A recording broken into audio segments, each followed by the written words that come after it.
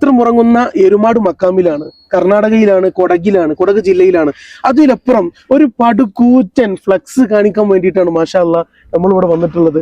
ഏകദേശം 30,000 രൂപയോളം വില മതിക്കുന്ന ഒരു ഫ്ലക്സ് സമസ്ത കേരള ജംഇയ്യത്തുൽ ഉലമയുടെ 100ാം വാർഷിക പ്രചരണത്തിനുമായി ബന്ധപ്പെട്ട് കന്യാകുമാരി മുതൽ ഇങ്ങ് ഏകദേശം എരുമാട് കൊടകിൽ എത്തുന്നത് വരെ ഞാൻ കണ്ടിട്ടില്ല ഇത്ര വലിയ ഫ്ലക്സ്. അപ്പൊ ഇത് കണ്ടപ്പോ നമ്മുടെ പ്രിയപ്പെട്ട എരുമാട്ടിലെ പ്രിയപ്പെട്ട SYSന്റെ SKSFന്റെ പ്രവർത്തകരെ ഞാൻ ആദ്യമായിട്ട് അഭിനന്ദിക്കുകയാണ്. മാഷാ അല്ലാ.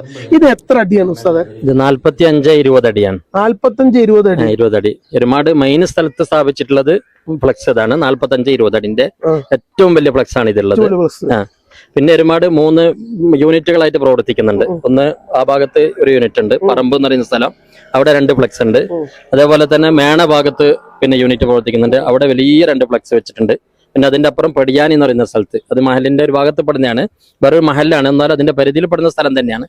അവിടെയും പിന്നെ വലിയൊരു ഫ്ലക്സ് വെച്ചിട്ടുണ്ട്. ഏറ്റവും വലിയ ഫ്ലക്സ് 45-20ന്റെ.